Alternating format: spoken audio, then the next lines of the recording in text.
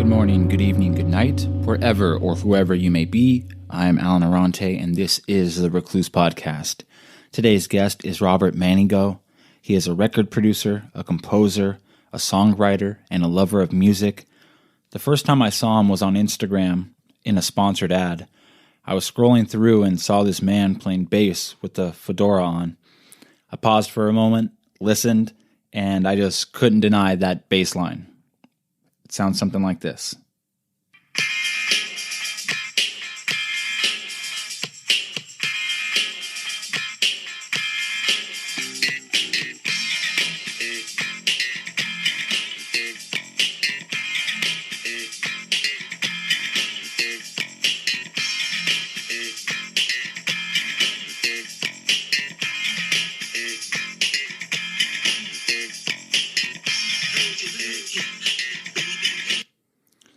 So I reached out, we arranged for a meeting, and we had a great conversation.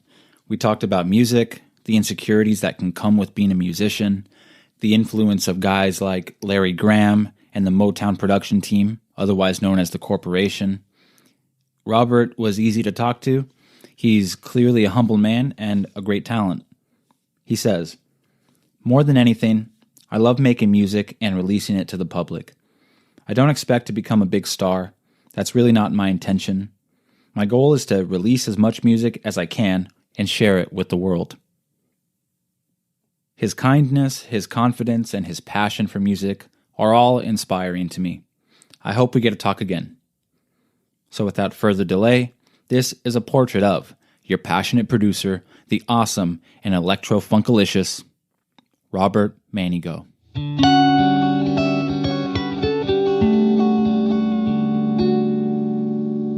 Was that the year you were born? 65?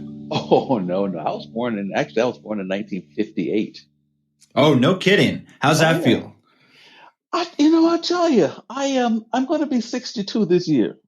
And I don't know what old feels like because I don't feel it at all. It's, and I can remember when I was a kid and my goodness, 50 was half of 100.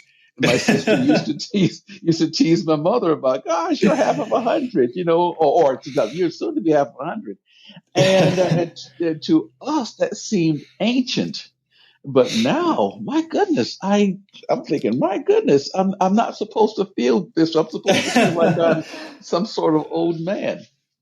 Yeah, and you'll probably think I'm a child. I was born in 1989, so I'm 30. Oh, wow. So, I mean, so I'm, quite a bit, or not that much younger, but quite, you're quite a bit younger. I have two daughters older than you. So yes, you're quite a bit younger. So let's see, that would mean that do you remember when the Beatles first appeared on television? Do you actually remember that? I remember the era. Back then I wasn't really into music, because I think it was in 1964, something like that. Yeah. And that time I was 6 years old, and I wasn't really paying attention to music back then. But I do remember how popular they were because they were on the radio as I was growing old, and so they were on the radio, and so yes, I do remember how popular they were. I hear people around your age, maybe a little older, because people who were like maybe teenagers when they first saw the Beatles on TV, they reference their lives in two ways. They say, "My life was pre-Beatles and post-Beatles." So that was a really influential moment, it seemed like, for the world, if not just the country. I'll tell you, it was. Now, when we talk about music now, and I know the Beatles were popular. My brother, whom I look up to this guy, even to this day, my older brother, he exposed me to a lot of music. He has this eclectic collection of music, and it ranged from Janis Joplin to The Doors, Jimi Hendrix, and I first fell in love with music. I was about, I think I was 10 or 11 years old, listening to, get this, the Righteous Brothers. Out Yeah. listening to the Righteous Brothers. My brother had two albums by them. One is it's called Back to Back, Mm. and and it had some songs on this thing. Ebb Tide was on it. White Cliffs of Dover, and Ooh. oh yes, Oh wow. White Cliffs of Dover. Why am I'm thinking of who is it? Eric Clapton or who's the guy who does I think Cliffs of Dover. oh, I'm not sure whether Clapton did it, but Bobby Hatfield, I tell you, this guy has, I think, the one of the best falsettos ever. Mm. And when he sang this song, and then of course Phil Medley, this guy has this baritone, this soulful baritone when he sings, and I listened to that music and I thought, wow, this is amazing. And then my brother also had this again. He had this wild collection. Have you ever heard of Sam the Sham and the Pharaohs? No, I can't say that I have. I can't say Well, that I have.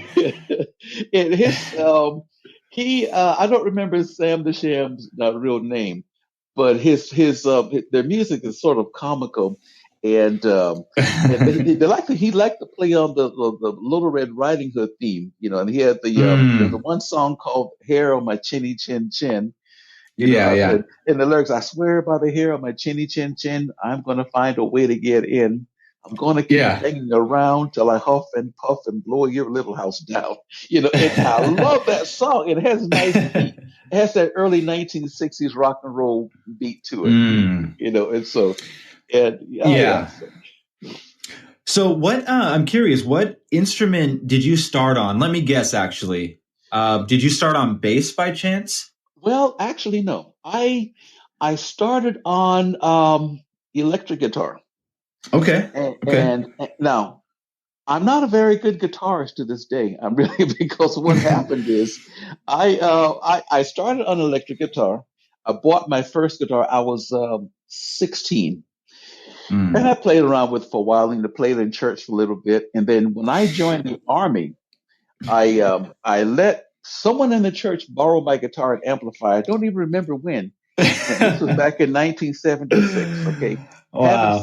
haven't seen that combo since. And for a while, I just I hadn't played, and I and but I had between that time purchased several keyboard. And I say keyboards, because they weren't real synthesizers at the time. Yeah, You yeah. get these little electric keyboards that make these multiple sounds, and so I purchased them Mm-hmm. and got a little better on the keyboard. And then I bought a bass guitar, Mm. and and I and I got better on the bass. So I'm better on the bass than I am on keyboards. And but I mostly use the instruments to compose. Mm. And this is something my brother he noticed early on, and he used to kid me about it because when I bought the guitar, it was really I wanted to use it to learn music theory. And he Ah. and he told me, man, you should concentrate on playing it instead of learning how to write music. But I said, no, Yeah. 'cause my rationale is that you look at Beethoven, and I love classical music, and I said, you look at a guy like Beethoven, he couldn't play all the instruments he composed for, but he Mm. just Right. knew what he wanted to hear. And so I said, this is what I want. And that's another reason I learned to play a keyboard. And again, I'm not accomplished. I'm best on bass, second keyboards, dreadful on guitar, but I can come up with I can come up with the sounds I want to hear. Yeah, I can relate to that. I'm a musician myself, but I'm not. I have musician friends, and when I Uh-huh. compare myself to them and how they play, I'm like, I'm not really like that. Like they can like I have a few friends who can play very well, and Uh-huh. I'm probably good enough to play with them, but no, I don't know that anybody's going to come to a solo show of mine. I'm not. I'm so I can relate to Yeah. that feeling of being a composer as opposed to a real player.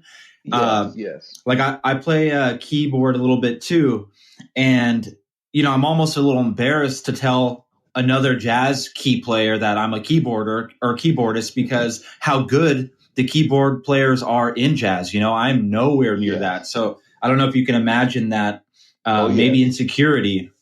Oh, absolutely, absolutely. Because I would never ever I don't think I would be able to join any band. Playing any Mm. instrument. Now I can. Okay, maybe I can carry my weight with the bass. Okay, and that's being very generous on my part to myself. And but it's again, and I guess I'm okay. Because it's the instrument that I feel most comfortable with if I were around Mhm. other people. Here in my studio, I'm a rock star. Okay, so I can play Yeah. anything. Well, all Yeah. the instruments that I hear on your music, because I was listening to your album last night and the singles that you put out on Apple Music, and there's a lot of instruments on there. Are you writing all of that and playing all of that, or are you sort of outsourcing the instruments? Oh How no, are you no, doing it? no. It's all me, and most of the now the bass. There's most of it's I'm playing the bass, and but yes, I compose all of the music myself. I Hmm. don't, I don't like loops. I mean, nowadays it's especially when you're talking R&B and hip hop, and I mean these guys create beats and they'll go and they'll sample music from other places, Yeah. or you can purchase beats if you want to use samples. I don't do that, and I don't criticize anyone else for doing that because if that's their thing, it's cool. But Hmm. I have music in my head that I want to get out. And Yeah. so yeah, so when I hear a violent sound, I want that. Even when I think of songs, and let me interject by saying this: I'm never going to be a star. I know this already. And I am never Mm. going to be. And in fact, I have that on my profile. And now, and that's probably a very unconventional way of pushing yourself, but it's and that's not what I'm doing it for right Mm. now. I compose music because I love doing it, and I just want to put it out there. And I don't need to do it to to make money. And I feel sorry for anyone who wants to try to make money in a music career because nowadays it's just it's difficult. Even the big stars aren't doing it, at least not from their music alone. And Right.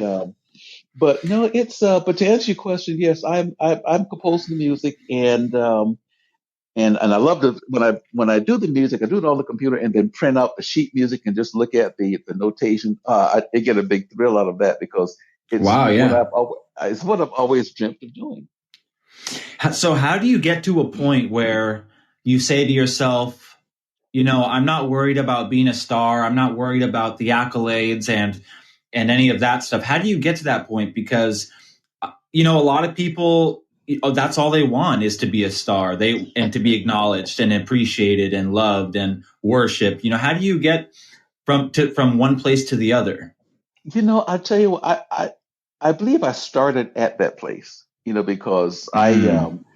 and I say that because again, I'm 62 years old, so I've read a lot and I've seen how stars are treated. For example, you look at Michael Jackson.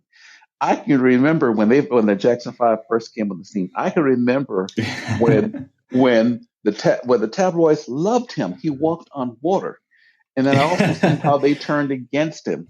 The same thing happened. You can look at Michael Jackson. You look at Madonna. I love Madonna, by the way. You look at every major artist. And their time's going to come. The media, the tabloids love them now, but that's going to change. And I'm really an introvert, and it might not sound like it, but I don't see myself up performing in front of a crowd and doing that. I don't really want to do that. I love my privacy. Hmm. I now and ironically, I don't want to go outside my house to be recognized. I do not want that.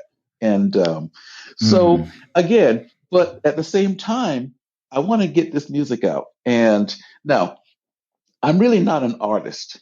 And I say I'm not a singer. But I'm all I have right now. Yeah.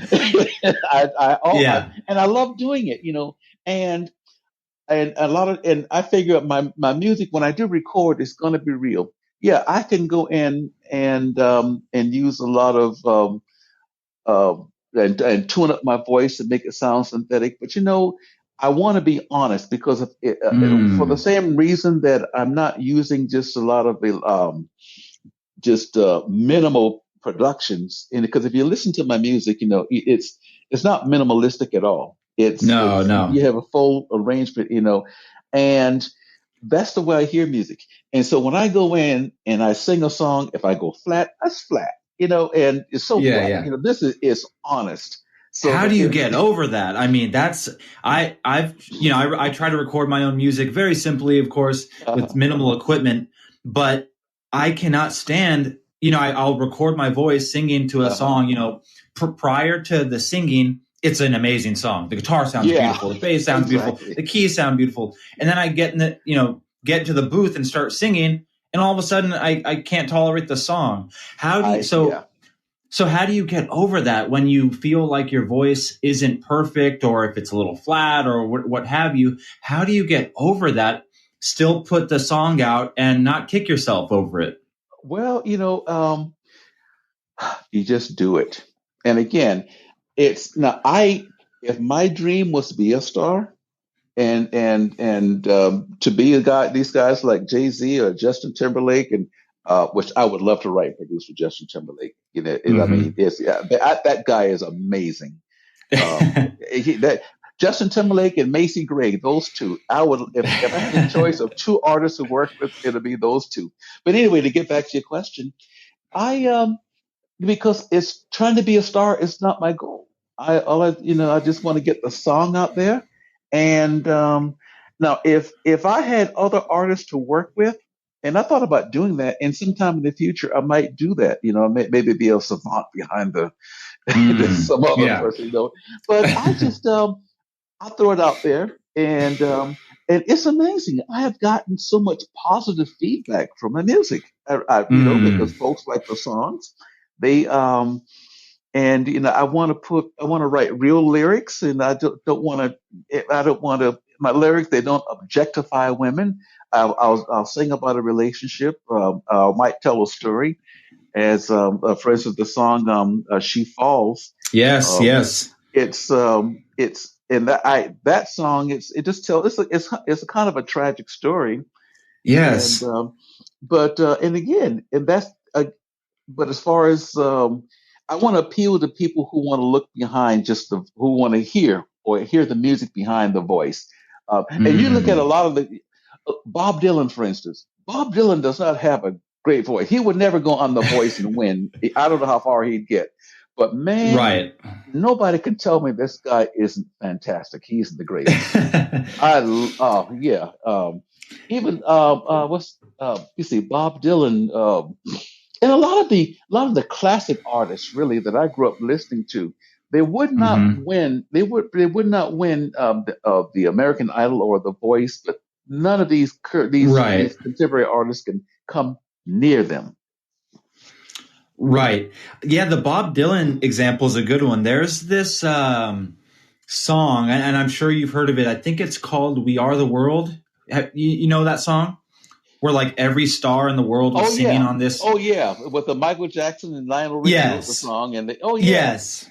And there's like a documentary on it. I think that's where I saw it. But there, Bob Dylan's in on that uh huh, session, and he is so tuned out, is like barely vocalizing at all into the microphone. It's really uh huh. funny actually, and not to say he's not a genius, because I do believe he is, but you're sort of answering that question for me, which is how did he get so far? What's so special about him then, if it's not the voice we're hearing on the songs? Well, Bob Dylan, he came up in the '60s, and I can remember during the '60s, Vietnam War was going on, Mm. and a lot of the folk rock and his music was categorized as folk rock during that time, and it's just that people wanted pureness. They wanted purity, I should say, in the Mm. music. And you look at during that era, you had Bob Dylan, Janis Joplin, Jimi Hendrix, Sly and the Family Stone. Sly Stone's another genius, and Yeah. but it's the way they perform. It's you listen to the songs, and I think Bob Dylan. I think he's a poet. He's one of Mm, the he's one of the greatest lyricists that will ever live. But right. he also had his insecurities.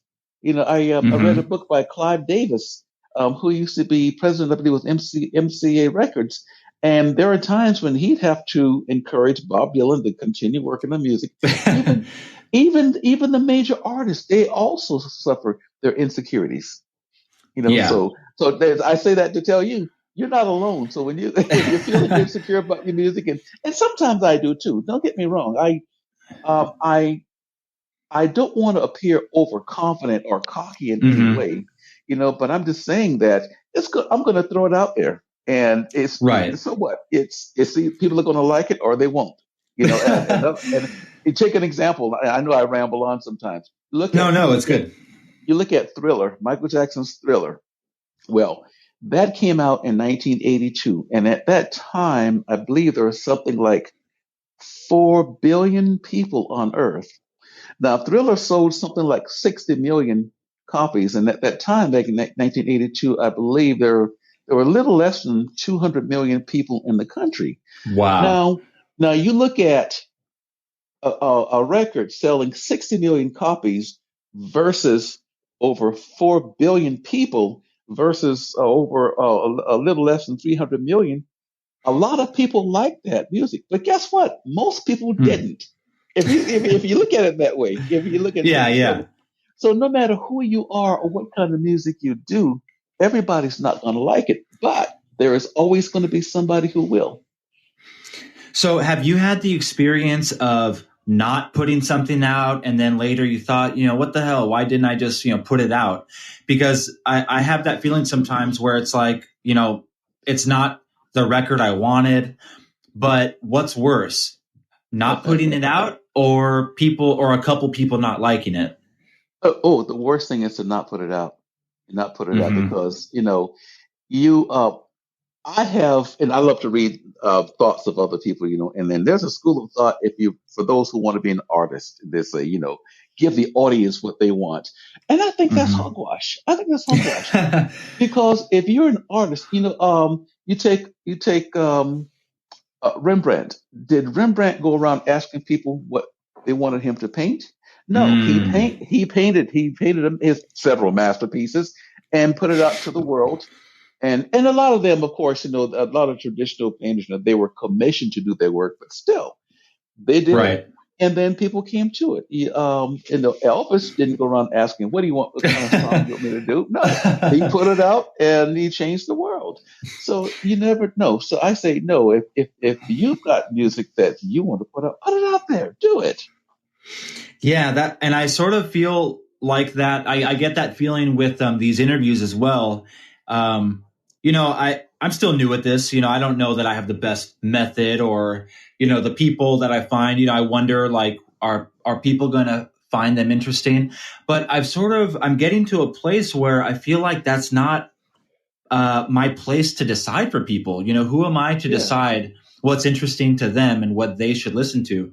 All I can do exactly. is make it and put it out, and maybe people will like it, maybe they won't. It's exactly that's exactly. And by the way, I love your interviewing style. You're very easy to talk to, and Mm. so I think, hey, I think you got this. I mean, you got this. All right. So I continue appreciate to, that. Thank you. yeah. And as I, far as music goes, my goodness, it's put it out there. And I did a YouTube video a while back, encouraging people to release their music, and but don't worry if you don't sound like what's already being played on the radio. And then, mm, oh no, if you were signing with a major label, they want to package and market you in order to sell music. This is why a lot of the girls look the same. They're around the same age, they dress the same. right. A lot of times the music sells the same because certain things sell. And Hmm.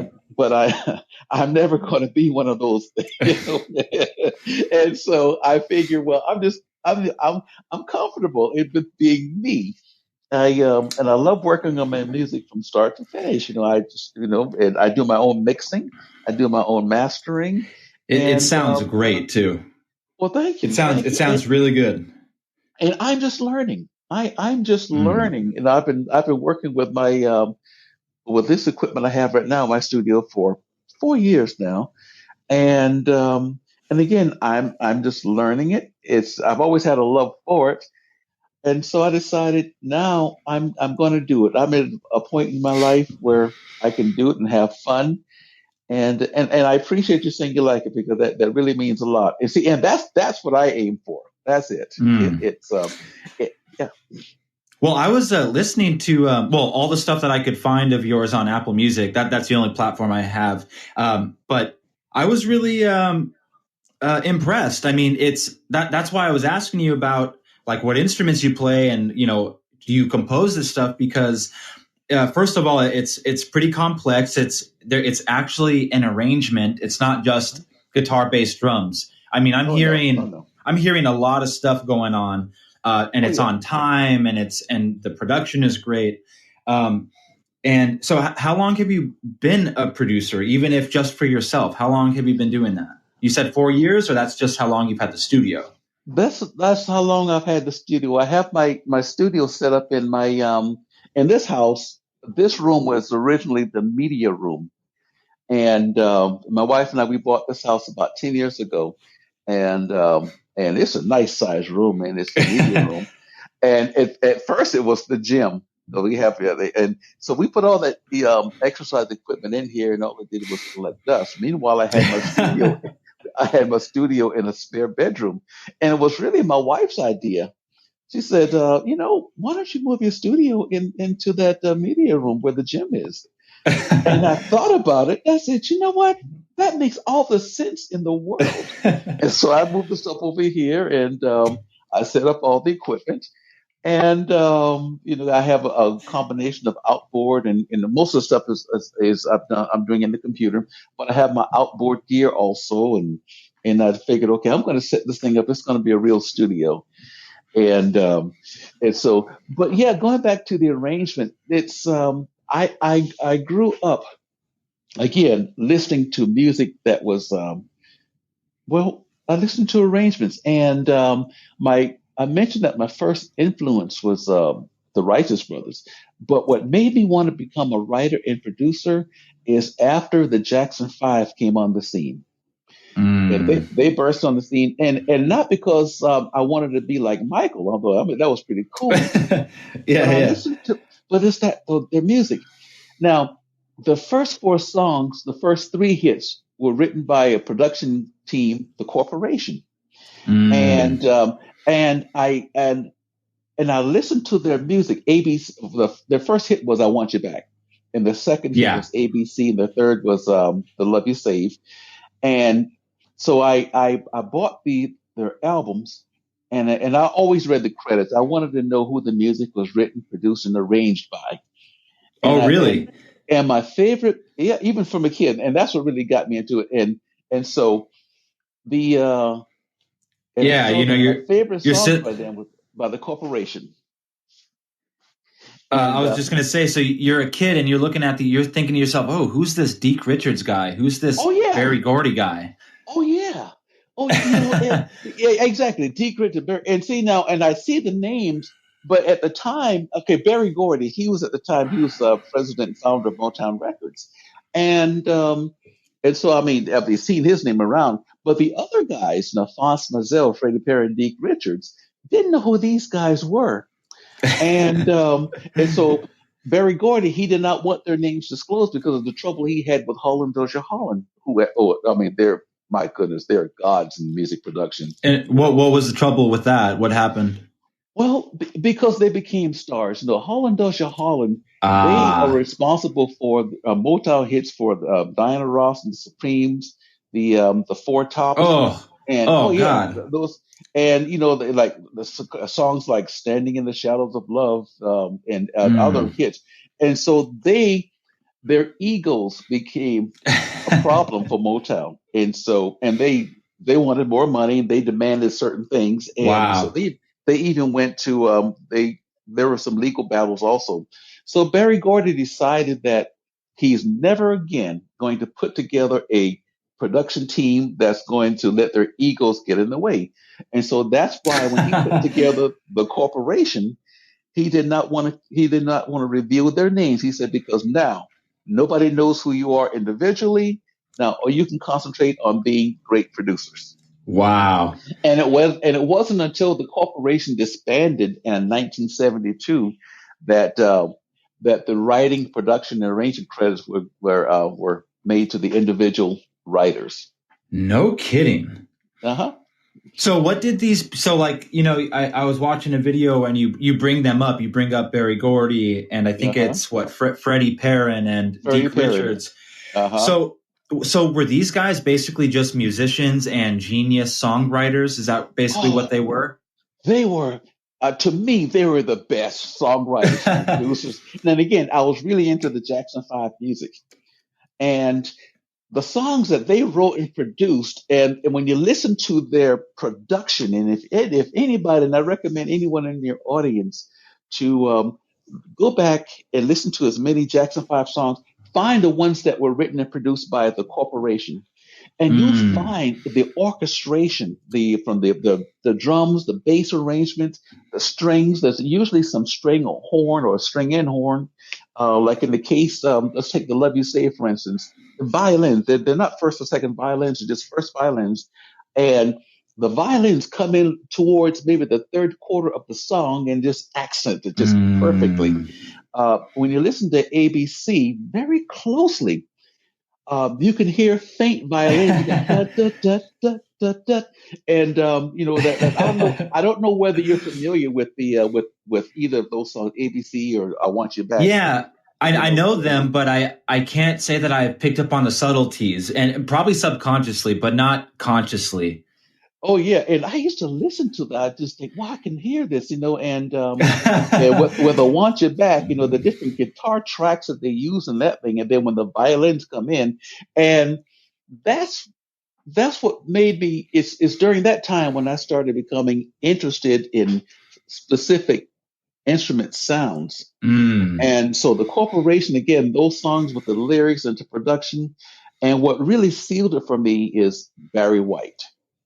When he came on the scene, and when Barry White first came out, I could not stand his music. I could not stand his music, but I remember this first instrumental, Love's Theme, came out, and I thought, hey, this is pretty cool, and I didn't really know who it was by, and then I heard it was the Love Unlimited Orchestra, and then I thought, man, this is pretty cool. Then I learned the Love Unlimited Orchestra is Barry White's orchestra. And then I did my research and I found what Barry wrote, arranged, and produced this thing. Wow. And then the second single release was a song called Satin Soul by the Love Unlimited Orchestra. And it was just amazing. And I thought, wow, this is great. And that's when I went back and I fell in love with all of Barry's music. Wow. So Barry White wasn't just a singer. Oh, no, not at all. Wow. He was a master composer. And for anyone, again, I would encourage your audience to research the Love Unlimited Orchestra. Love Unlimited Orchestra. Barry White had a female vocal group called Love Unlimited, and he fashioned them somewhat after the Supremes, and and the lead singer was his wife Claudine. But anyway, but oh yes, Barry White. He was more than the guy you put on when you wanted to impress a lady. Oh no, no kidding! Wow, I'm pleased to know that. I didn't know. Because a lot of times you might assume that they're just like the talent, they're just the singer. But it's really awesome to know that they're also the genius behind it as well. That's really pleasing to know. And his nickname back then was the Maestro.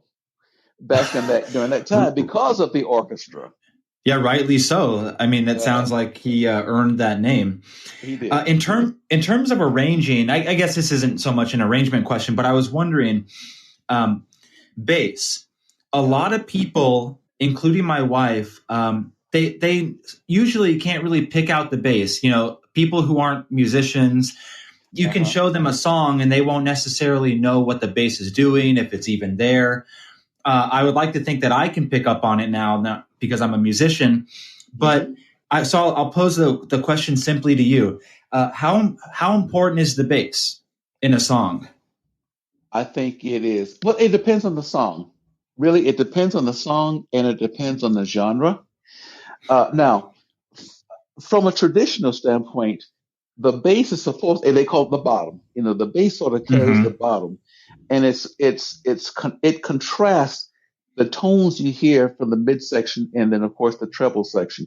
And you should be able to, if there's a bass in a song, you should be able to just listen to that bass and maybe the drums. Bass and drum alone should be able to carry a song by themselves, Mm. and because it really kind of gives you feel it. Now, a lot of producers will say, and I agree that the other instruments you hear, the bass is what you feel, and Mm. that's going to give you that feeling when you, and then because if you go to a dance, even if a song that doesn't have a bass guitar in it, but if it has just a bass synthesizer, and Yeah. you listen and watch people dance, you notice they're moving to the bass. They're moving to the bass. Yeah, yeah. Yeah, that's beautiful. The first the way I noticed you even existed was I saw a sponsored video on Instagram of you. I'm just scrolling through, and all of a sudden, I see this man with the bass, Oh yeah. and you're kind of just pumping your fists a little bit. There's like a backtrack going on, and the bass hasn't kicked in yet. You have the bass in your hand, and all of a sudden, all I hear is boom, boom, boom, boom, boom. But a bump, boom, boom, boom, and you just start playing the bass and wailing on this thing, and Oh yeah. I literally paused and just listened. I mean, so yeah, I love bass. I'm not a bassist myself, but I love almost more than anything when a bass line just captures my attention, and that particular clip really did. I'm happy Oh that's the yeah. first thing I saw. I'm glad too. That was, in fact, another one. That's the song. The working title is "Jerking Around," but I'm working on it, and the finished title is "Funking Around." And the reason is, and of course, I grew up in the '60s and '70s, and funk was a genre of music, and George Clinton and Parliament Funkadelic, they're the ones who originated. Well, George Clinton is the one who originated the good funk sound, and then you have Rick James Mm. and Prince. When he first came on, he was known as a funk music, and so because on that one, you notice that I'm thumping and slapping the bass, so Yes, and yes. so and it's that's one that again when I started working in it, it's one that you kind of feel. And in the event, I am going to release that when I'm done with it. But it's just that in my case, I rarely start on one project and stick with it until it's done. I'll start out, and that's the disadvantage of having a studio and having everything on the computer. One time back, when it was a completely analog world, if you wanted to go from one project to the next, you had to change tape heads, Oh. or change tape, and then set everything up, and then it's a hassle. But on the computer, you just close one file and open the next one, and there you are. Yeah, it's both a blessing and a curse, I guess. It is, but I wouldn't change it. I would not want to hassle with. And I do have a tape deck here that sometimes when I Hmm. record music, I'll mix it and record it to the deck. But Right, right. I would never want to have to record that way. Yeah. So in terms of a funk, would you say that slap the bass, slapping and thumping, is that a hallmark of funk? It is, and it the one who started doing it, and I think is the best at it, and to me, he's a bass god, is Larry Graham. Larry Hmm. Graham. Larry Graham, he used to play with a band called Sly and the Family Stone. Hmm. And when he played with Sly, I mean, those guys are great. Sly is considered one of the original funk masters, and he came before George Clinton did. So Larry did it. And so when Larry Graham left Sly and the Family Stone, he formed his own group called Graham Central Station. And that's when Mm. he really started with thumping and slapping. And again, I would recommend anyone to look up Larry Graham. Now, here's a fun fact: Larry Graham, greatest the greatest bassist ever.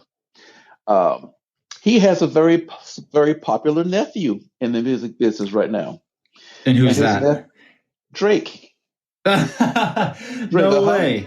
yeah, No kidding. Drake is Larry Graham's brother's son. Larry Graham, because Drake's real name I think is Aubrey Graham. Yes, Drake is Larry Graham's nephew. No kidding. The apple doesn't fall far from the tree. Oh, not at all. And I was wondering, man, Drake, he's got his uncle there. And he can really break out because Drake is good. I like his music too, but it's he does what everybody else does. Only he does a little bit better than most. And if Yes, he could yes. really, I would love to do a production with Drake and Larry because if it would, you can do some Mm. slap bass music right now. I mean, I have these ideas that those two could work together. Oh my goodness, they could come up with something mean. It's just, oh my goodness, yeah. Yeah, that would be awesome, just for novelty's sake, just to see what Oh yeah. uncle and nephew could do together. Oh Um, man. Oh yeah. Absolutely. yeah, that would be fantastic.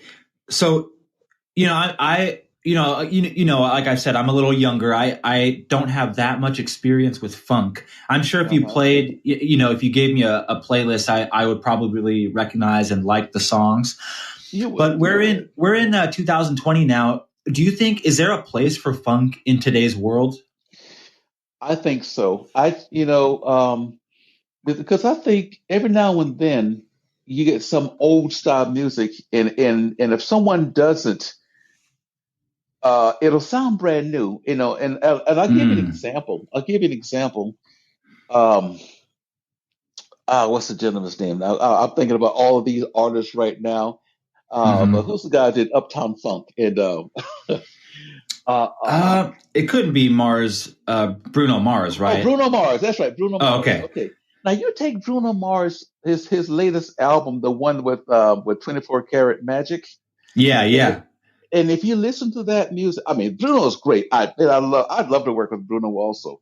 And if you listen to that album, you can go back to the 80s and listen to a group called New Edition.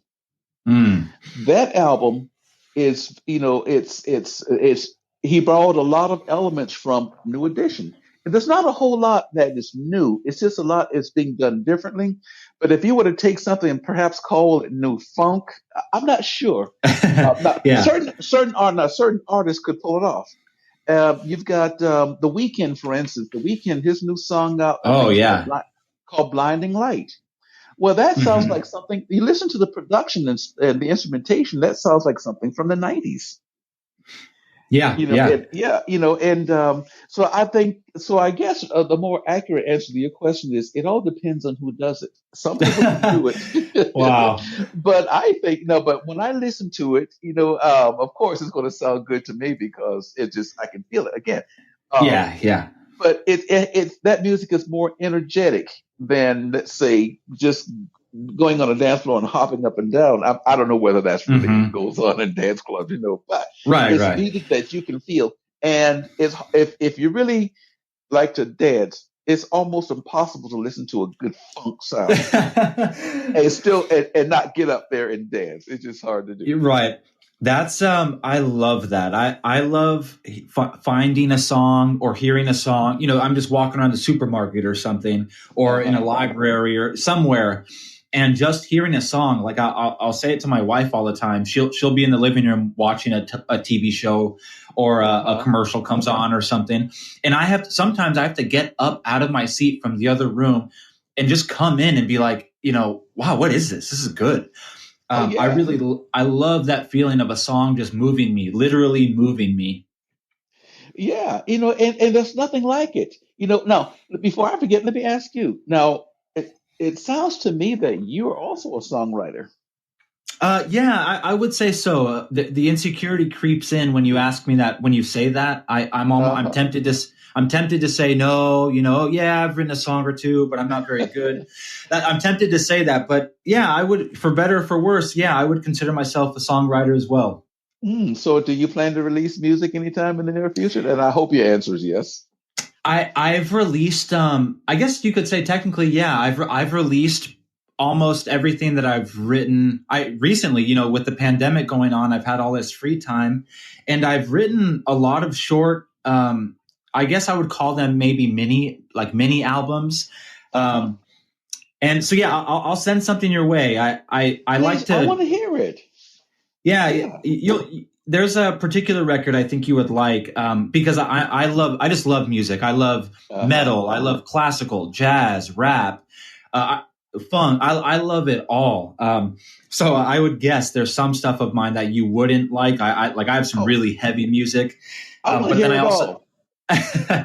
yeah, I'll send something your way. I think you'd actually appreciate my jazz record. And I do all the music. I wrote it and I recorded it and I played the instruments. So you'll probably appreciate Yeah. that because you do that as well. So, Exactly. I tell you, see, because I love all genres. I grew up listening again. My Three Dog Night. I mean, ooh, all the groups. I grew up listening to all Creedence Clearwater Revival. My goodness. I mm, mean, and that's a group name you don't hear too often, but these guys are just fantastic.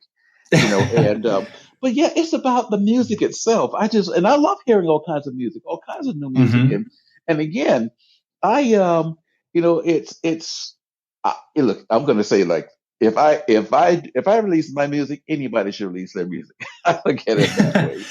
I mean, It's your music's really good though. It's really good.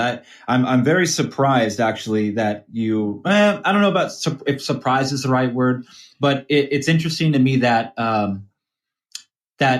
you say that about your music. If I can do it, you can do it. Only because I listen to your stuff and I think like, wow, this is complex. The production's great. It's funky. It sounds good. So it's funny that I like that about you. Now that I think about it, that you're willing to tell somebody that just do it. I think we need yeah, more people like that in the world.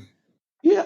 I tell you what, and we need people to be themselves. Because I don't want to hear somebody who sounds just like Drake or somebody who just sounds just like Jay-Z or Justin. I mentioned Justin before.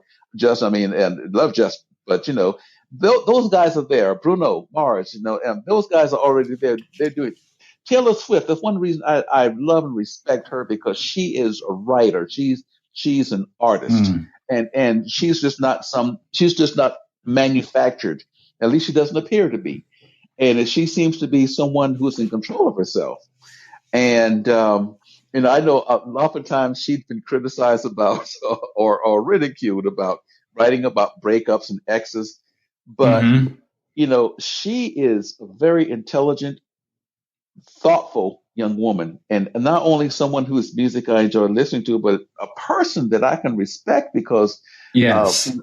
I watched this documentary. I think it was on Netflix, and to get and you get a chance to see a little more of her. And I thought, my goodness, there is more to her than just being an artist. Yeah, I saw a little bit of that too recently, actually, and it's interesting. I've sort of, she's been around for a while now, Yes, uh-huh. and I think I was that person before who would not necessarily criticize her, but I would sort of look at her and be like, that's standard. She's okay. Uh-huh. Oh, Yeah. I bet people are writing her music and just Uh-huh. misjudging her pretty much. But in the course of a few years, and especially after seeing some of that documentary, I'm like, and I just look at her now and I'm like, wow, she's fantastic. She's She a is. genius. She's strong. She's confident. She's a good role model. There's nothing wrong with her. There's nothing wrong with her at all. So, yeah, exactly. And I tell you what, I enjoy meeting people who actually like yourself, who are composers, who are artists, and one thing that keeps me going is I love listening to music. I love listening to other folks, but I try my best. I don't always succeed, but I try my best not to compare myself to other folks. And I It's hard. it's hard, but I remind myself that that person is who they are. And, Hmm. but I've got to be me because you never know when I might release that one song that's going to inspire somebody else to Mm. release their song. And Mm. maybe three artists down the line, somebody's going to hear something that I inspired the person before him and the person before her, and to Mm. create something that's going to totally change the world. You never know. Yeah, absolutely. I love music. for a lot of reasons, but I'm sort of reminded of one important reason. Music, it's almost a form of. This is a little bit off topic, but music is almost a form of time travel. Uh-huh. I'll listen to like the first music. I mean, I love music for ever since I was a kid, and Uh-huh. like my mom would play doo wop and gangster rap, and I love both of Yeah. those. I love both of those a lot. And country, Yeah. even my grandparents played country. But the first group that I got into as an individual, a group that no one told me to like, but that I liked, was actually Justin Timberlake's group, In Sync. In sync. And Uh-huh. their first record, and it's almost I'm embarrassed to tell people, not really embarrassed, but it's almost embarrassing to tell people that that was my first favorite group, and I can actually still play that first record and love it, and I love it still. Yeah, there's nothing wrong with that. There's absolutely nothing, because no one should ever let anyone else tell them what music they should or should not like. And again, not everybody, and I'm glad not everybody's doing the same thing. I like country too. In fact, the first country song that I liked was a song by Glenn Campbell, and I remember buying the record, and it was a song called "Honey Come Back." Hmm. When I first heard that, I just fell in love with it. And I wasn't even a teenager at the time. And I played that song, and I played that song over and over again. And then, yeah, this is pretty cool. Then, I don't know if you ever heard of Roseanne Cash. She's the daughter of Johnny Cash. Oh, no, And no, actually I haven't. oh, Wow. back in 19, I think it was 88, she had this one song called, I Don't Know Why You Don't Want Me.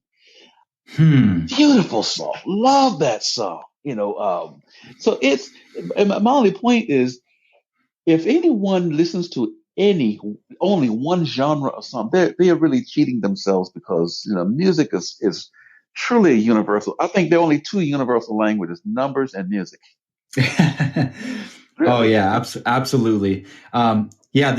Yeah, I love bonding. Actually, now that I think about it, a lot of my friendships and even just relationships in general, one of the cornerstones of those relationships is music. Uh, Uh-huh. where I like there's this band. I don't know if you've ever heard of them. They're I guess you would consider they'd be considered a progressive metal band. They're called Between the Buried and Me. Have you ever heard of them? No, I haven't. I mean, they have a lot of heavy parts, but they're just fantastic musicians. And they have this album called Colors that my buddy and we just have bonded over it for the past 10, 12 years. I mean, it's one of those albums where you listen to it, and even after 10 years, you're Hmm. noticing stuff for the first time. Oh yeah. Oh, Oh wow, yeah. that bass line. Oh, that little synth in the background. It's awesome to discover new things in music that you've been listening to for years. Yeah. Yeah. And that's one thing I love about music production, and especially for those who like to arrange the music, because it's and I like to call it little ear candy. Whenever you produce something and people are listening to it, and a large number of people listen to the music wearing headphones, Hmm. and Hmm. and so, and I think, okay, if I'm producing music, I want to produce something for them to listen to. I want to tickle the ear with some things, maybe, and make that little ear candy, because and then make it kind of interesting. Because if with any song, basically, if you have just a rhythm section, and maybe bass guitar, and then maybe a keyboard, piano to carry the melody, that's all you really need. But you want Hmm. more than that, because that's all you need. But you're not going to bring out the feeling of a song, and especially if it's your own song. There's a certain Mm. feeling that you want to convey, and you do that by adding a little ear candy here and there. Adds a little string there to bring out the emotion. Or if Yeah, it's yeah. something, if you want, if you're emphatic about something, put a little horn in there to say, yes, this is what I mean. So Yeah. it's yeah, I love it. Yeah, I love, again, just to restate, I just love being moved by a piece of music. You Yes. know, there are just some songs, and maybe sometimes it's even just one line that Uh-huh. that just appears. It just appears in my mind. For instance, I can't remember the name or who the group is, but you know that song where the chorus is, "I only have Oh, eyes." yes, yes. Uh-huh. You know, every time that chorus it just Hmm. appears in my mind every now and then because of how beautiful it is. It's a beautiful song. And the song is "I Only Have Eyes for You," and Hmm. it came out in the I think it's in the '60s. It was originally written in the '60s, and a number of artists have covered that song. But yes, it's a beautiful song. That Yeah, is timeless. yeah, maybe you could put together like a playlist for me. I'd love like a 20 song playlist, just songs that influenced you that you love still. I'd be really interested to hear a playlist from Okay, you actually.